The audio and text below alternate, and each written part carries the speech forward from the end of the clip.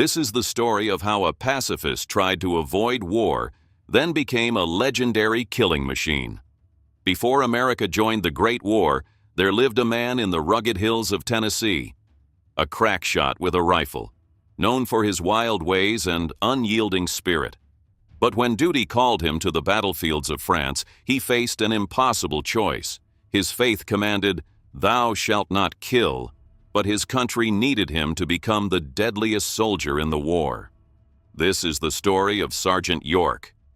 The movie opens in 1916 in the Valley of the Three Forks of the Wolf, a remote area in the Cumberland Mountains of Tennessee, where churches dot the hillsides and trouble rides in on a mule.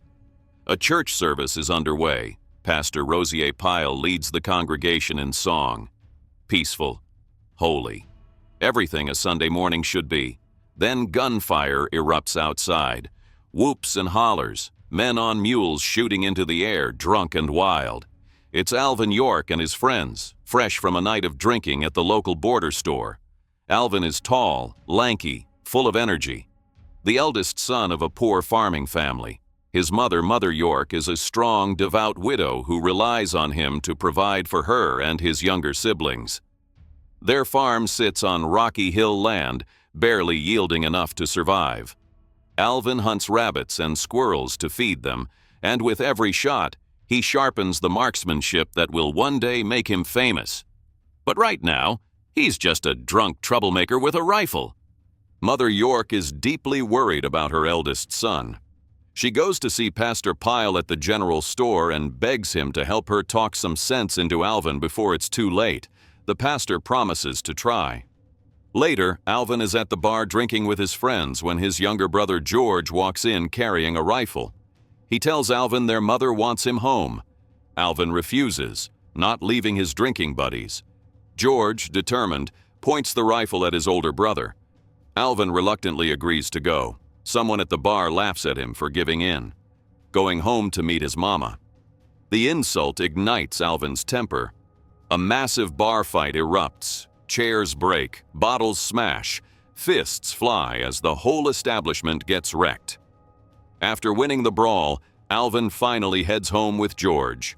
The next day, Pastor Pyle comes to see him while he's plowing the farm. The pastor walks alongside him in the field, trying to reach his heart. "Satan is trying to get you, Alvin. You need to fight back. Ask the Lord for help." Alvin, frustrated, replies that he's prayed before. Nothing happened. Pastor Pyle doesn't give up. "Religion will come to you eventually, maybe slowly like the sun rises or quickly like a flash of lightning." "When?" Alvin asks. "When you don't expect it." One day, Alvin is out hunting when he spots Gracie Williams, a pretty young woman from a neighboring farm, sensible, hard-working. The sight of her stops him cold. He abandons the hunt immediately and starts talking to her, completely love-struck. Gracie lives on fertile bottomland, rich soil that yields good crops. A far cry from the rocky hillside the Yorks struggle with. When he gets home, he asks his mother what his father had to get before he could marry her. She tells him her father required a farm, a mule, and $6. Alvin declares that he wants to marry Gracie Williams. Mother York is surprised but hopeful. Maybe this girl could be the reason her son finally settles down. Alvin goes to visit Gracie at her home. He finds Zeb Andrews there, another suitor, asking her to a dance. Alvin starts talking about the fox he hunted, but Zeb mocks him, belittles his country ways. When Gracie goes inside to get water, Alvin roughs up Zeb. The intimidated rival quickly leaves. Gracie returns, not happy that Alvin beat up Zeb. Alvin boldly tells her, "I'm gonna be marrying you." Gracie, unimpressed, replies that she wouldn't have him on a Christmas tree, not with his fighting and bad reputation. Alvin says if he had a piece of bottomland, it would change her mind. She insists she doesn't care about land. She's already in love with him, but she doesn't like his lifestyle. Alvin is determined. He sets his sights on getting that land. He tries to sell his mule and possessions to raise money, but can't get enough. He approaches Mr. Ned Tompkins, who owns good farmland, and strikes a deal. trade his mule and other things, plus pay $70 cash for the land. The catch? He has 60 days to come up with the $70 or he loses everything. Alvin throws himself into work with fierce determination, takes a job for 75 cents a day, finds more work cutting trees, plowing fields for neighbors, doing whatever it takes. He works late into the night by lantern light. Gracie comes to meet him at a farm where he's working. They talk, they kiss. Alvin is motivated more than ever. In just 24 days, he raises $44.35.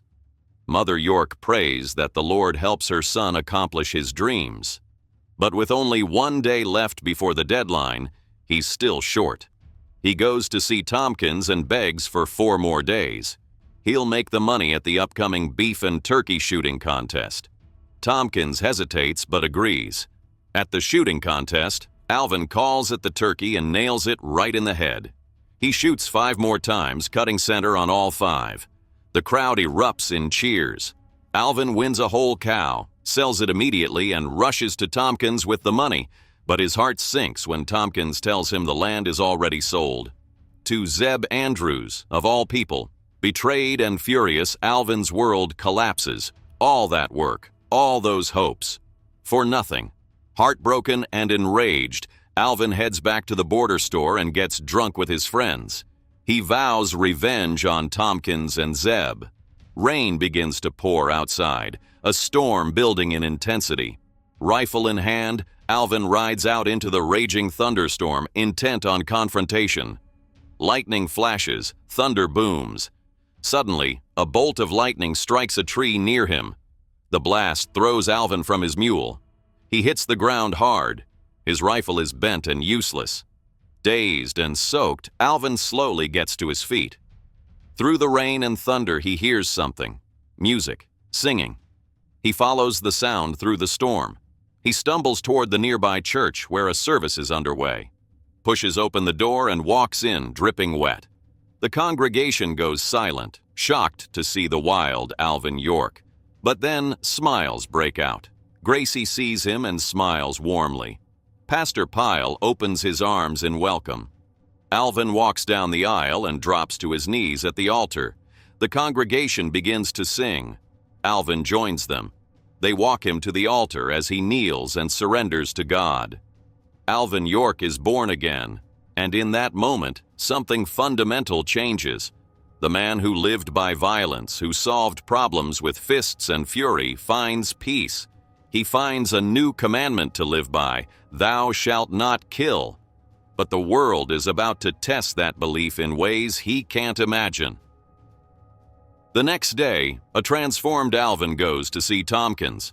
Tompkins thinks he's come for revenge and braces himself, but Alvin only wants to buy his mule Abraham back. Asks for forgiveness for his anger and past behavior. Touched, Tompkins sells the mule back cheap. Alvin then goes to see Zeb Andrews. Zeb is terrified, but Alvin only wants forgiveness and to ask about a job. He wants to help work the land. Zeb, amazed by the transformation, makes him an offer. Farm the land for a few years, and he'll give it to Alvin for free after that. Alvin goes to see Gracie and tells her he'd understand if she wanted to marry Zeb instead. Gracie gets angry at the suggestion. She only wants him. Their future is set. From then on, Alvin changes completely, stops drinking, stops fighting, attends church regularly, even begins teaching Bible study classes. He studies scripture with Pastor Pyle and works Zeb's land with quiet determination. Mother York's prayers have been answered. A pacifist is born, a man of peace, a man who will never raise his hand in violence again. But across the ocean, the world is burning. By 1917, World War I has consumed Europe. 3 years of fighting, trenches stretching across France and Belgium, machine guns, tanks, poison gas, millions dead. America has stayed neutral, but German submarine attacks on U.S. ships change everything. On April 6, 1917, America joins the Allies against Germany. In rural Tennessee, the draft is instituted. Men aged 21 to 30 must register. Alvin, now 29, files for exemption. He's the sole provider for his family, and he's a conscientious objector based on his religious beliefs. His church teaches pacifism. The Bible's "thou shalt not kill" is absolute. The local draft board denies his exemption. Pastor Pyle writes letters supporting him. It's no use. Alvin is classified 1A and ordered to report for duty. Gracie and his mother are devastated, but Alvin reassures them he'll trust in God. A pacifist tries to avoid war, but war won't let him go. Alvin arrives at Camp Gordon in Georgia, part of the 82nd Division, known as the All-American. He's awkward at first. His mountain drawl and simple ways stand out among city boys and immigrants. But during rifle training, he shines. Instructors set up targets at various distances. Alvin hits them all effortlessly, even corrects their techniques. His company commander, Captain Danforth, and Major Buxton take notice. After his excellent performances, Alvin is offered a promotion to corporal. He refuses.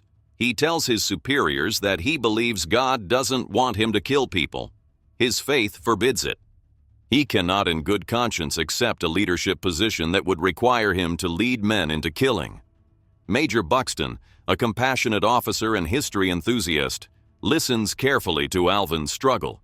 He grants Alvin a 10-day leave to go home and think it over, hands him a book on American history. Read about the men who fought for this country. See if you can reconcile your duty to God with your duty to your nation. Back in the mountains, Alvin hikes to a high ridge overlooking the valley. He sits alone for days, praying, reading the Bible and the history book. He grapples with passages, Jesus saying to turn the other cheek, historical fights for freedom, the commandment not to kill, the need to protect the innocent. The wind flips the Bible pages to Matthew 22:21. Render therefore unto Caesar the things which are Caesar's, and unto God the things that are God's. Alvin interprets this as separating civic duty from spiritual commands.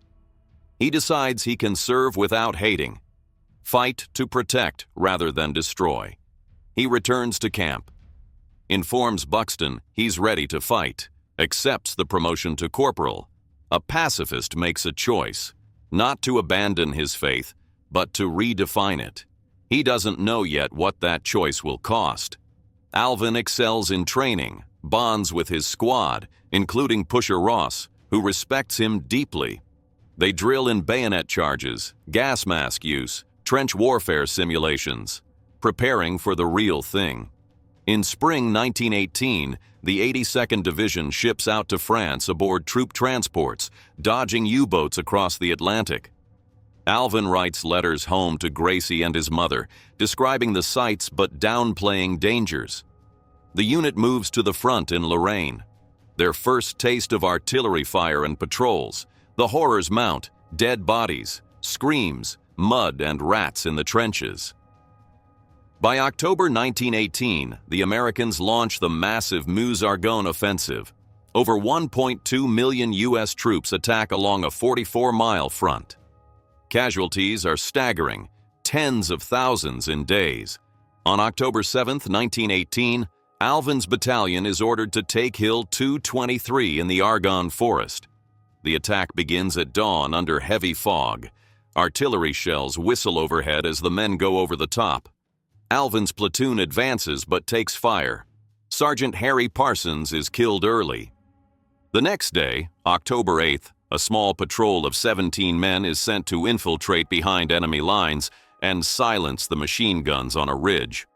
The patrol includes Alvin, Pusher, and others. They creep through the foggy woods, avoiding patrols. Suddenly, they surprise a group of Germans in a clearing. Headquarters troops having breakfast. The Americans open fire. Some Germans are killed, others surrender. But then, hidden machine guns on the hill open up, raking the patrol. 9 Americans are hit, including Sergeant Early, wounded in the arm and leg. Command falls to Alvin, the only unwounded corporal. Pinned down with 7 able men and over 70 prisoners, Alvin assesses the situation. The guns must be taken out, or the whole battalion will be slaughtered. He instructs the others to guard the prisoners and suppress fire. Then, alone, he maneuvers up the slope. And this is where the pacifist becomes something else entirely. Using cover from trees and folds in the ground, Alvin moves like he's hunting turkeys back home. He targets the gunners methodically, shoots the ones at the rear first to avoid alerting the front. His Enfield rifle cracks repeatedly. Each shot finds its mark. 1, 2, 5, 10, 20. He takes out over 20 Germans this way. Calm, precise, deadly. A German lieutenant spots him and leads a bayonet charge with 5 soldiers. Alvin draws his Colt .45 pistol, drops them one by one, starting from the back like flushing birds. The lieutenant, last standing, surrenders. Overwhelmed, the remaining Germans throw down their weapons. Lieutenant Vollmer orders his men to cease fire. Alvin, with help from his surviving squad, marches 132 prisoners back to American lines. Using a turkey gobble call to identify themselves and avoid friendly fire. The battalion commander is stunned. What outfit is this? Interrogating the prisoners confirms the feat. Alvin is promoted to sergeant on the spot. A pacifist tried to avoid war. And when war wouldn't let him go, he became the most efficient killing machine America ever produced. One man, one day. Over 20 enemy soldiers killed, 132 captured. The greatest individual combat achievement of World War I. News of York's exploits spreads like wildfire. General Pershing awards him the Medal of Honor. France gives the Croix de Guerre. Italy, Montenegro. Medals pile up. Newspapers hail him as the greatest civilian soldier of the war. But Alvin remains quiet. When asked about killing so many men, he grows silent and says he prayed for forgiveness, for the souls of those who fell. He insists that his fallen comrades, Parsons, Savage, Cutting, are the real heroes who gave everything. He doesn't want to be celebrated for killing. He just did what had to be done. Discharged in May 1919, he returns to America amid fanfare. A massive ticker tape parade awaits him in New York City. Business offers pour in worth $250,000. Alvin turns them all down. He isn't proud of what he did over there. It was just something that had to be done. All he wants is to go home to Tennessee. In the valley, crowds greet him as a hero. Gracie waits. They marry in a simple ceremony. Tennessee presents Alvin with a fully stocked 400-acre farm on prime bottomland, fulfilling his pre-war dream. But the irony isn't lost on him. He wanted that land so badly he almost killed for it before he found God. Now he has it because he became exactly what he swore never to be, a killer. Alvin and Gracie settle in. He dedicates his life to community service, building schools, advocating for veterans, promoting education in rural areas. But he never glorifies what he did. Never pretends killing was easy or righteous.